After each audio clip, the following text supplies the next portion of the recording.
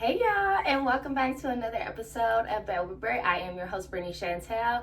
So, hello to all my new followers. It's only a couple y'all, but hey, we are growing and we are celebrating the small wins. Now, we're gonna get into some WNBA signings, and we have more to come as they can start rolling in as of tomorrow.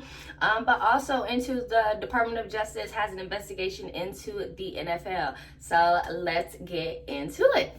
So Jackie Young, hey, is the first official major piece of the Aces trio to fall. Asia Wilson already said she's not going nowhere, so you can really say this is the second part. But Jackie Young has agreed to a 1.19 deal, 1-year deal with the Las Vegas Aces.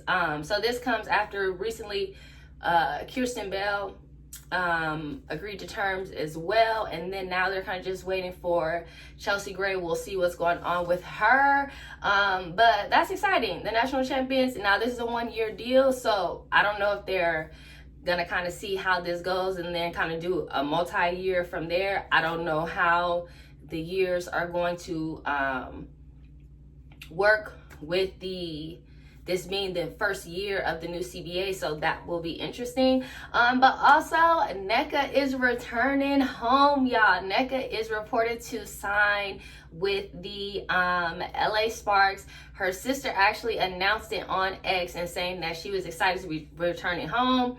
But you know, Nneka, she got drafted #1 overall by the Sparks in 2012. In 2016, she got her MVP and she brought them their third championship. So Nneka, that is, the Sparks are her, especially her sister being there with her doing NBA Today and stuff like that. So I think it's just her literally going back home and being able to see her sister all the time, because they would really only see each other when Janae would be doing a WNBA countdown or something like that. So that's good. So exciting for them. We'll see what we know. They put a court designation on Kelsey Plum. We'll see what happened with De'Arca Hamby, Rakia Jackson, Cameron Brink. So this is all how everybody is going to move. These next couple of days is going to be very interesting, because everybody's going to try to get their bag this first year, as they should. Okay, as they should. But yes, now into other news, into more serious news, because they responded real quick, and you know they really don't be responding to no nonsense. But this is Department of Justice. All right, now the nature and scope of the investigation is unknown, but the Department of Justice has opened an antitrust investigation over the NFL's TV deals.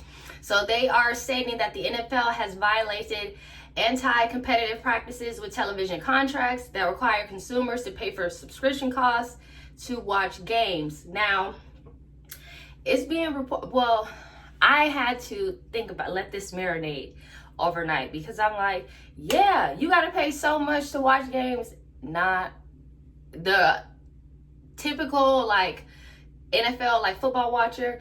They just watch it that comes on their local broadcast TV, their local news channels that they get for free. So yeah, you get 2 games in the morning, 2 games in the afternoon. So you get and the night games, you get Mondays and stuff. It's only when you have that they're saying, like Amazon, when you have a Prime Video for Thursday Night Football, or the Black Friday game is on Netflix, then that's what they're talking about. And sometimes where you have it's been reported that they're going to try to add Paramount Plus, so then that's something else. I don't know, but they're saying Paramount Plus might get in there. And then also when you have the preseason games are on NFL Plus, and some games might be on ESPN Plus. So they're saying that overall, for me, I watch all the games. I pay for Sunday ticket, all that stuff. They're saying roughly $780 something. And so the Republican from, I think it's Utah. Hold on. So they're saying this is about affordability and creating an even playing field for providers. And Yo, I'm so mad I had that pulled up. Okay, we might not speed through this, baby. Okay, what is his name? It's like Ron something. Oh Lord, he from Utah. So it was right. Senator Mike Lee. All right, so he's saying $765. So that's gonna be interesting. But the NFL responded quick, fast, and in a hurry. And their quote was, the NFL's media distribution model is the most fan and broadcaster friendly in the entire sports and entertainment industry.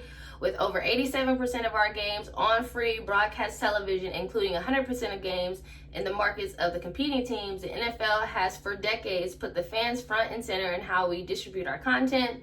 The 2025 season was our most viewed. So they're saying, no, we provide more than enough, free games and stuff like that. But there are instances in that little 87% that they're saying that you have to pay for. As opposed to somebody that wants to watch every game, they're not including NFL Sunday Ticket with that. They're saying that they're not, that's what it's coming down to, violating the Sports Broadcasting Act of 1961. But they're saying that only applies to broadcast television. That doesn't include media. That doesn't include streaming. So we'll see how this unfolds. But again, we don't know the scope and nature of the investigation, and we'll see what comes from that. Also, Ian Rappaport is reporting that Travis Hunter is going to, once he returns back from his knee injury, which he is expected to be ready for training camp, is that he's going to be playing mostly cornerback, and then he'll have like small packages on offense, which I think is good. When he said that he wanted to play both sides of the ball, like, do you understand what you're coming into? Like, these are grown ass men, and man, I thought that he could mostly play. My brother thought that he would be more effective, like, receiver wise, and then have small packages on like defense. But I think it's more easier like playing defense and then have small packages on offense, even though you get paid more as receiver. So I understand that standpoint, but this is professional. We ain't talking about college, like you having to go and guard Jamar Chase, and then on one side of the ball, well, this is not good because the Bengals is trash defense wise, no offense. So maybe that ain't really, but I'm just, any other team, I'm just saying. I thought that defense, having small packages, and that's like looking like what they're going to be doing going forward. They have Parker Washington, Brian Thomas, Jacoby Myers over there. So I think that they are good with just having him play like on occasion. So, but yeah, so I just wanted to pop on here and make some exciting news about really the WNBA, because it's going to be exciting the next couple days, y'all. It is going to be exciting. I'm actually going to be doing a live on TikTok, so follow I am Bet with Brit on all platforms, and you guys can follow on TikTok, because I am doing a live tonight. So yeah, I hope you guys have a good Friday, but this is exciting. Have a good day, y'all.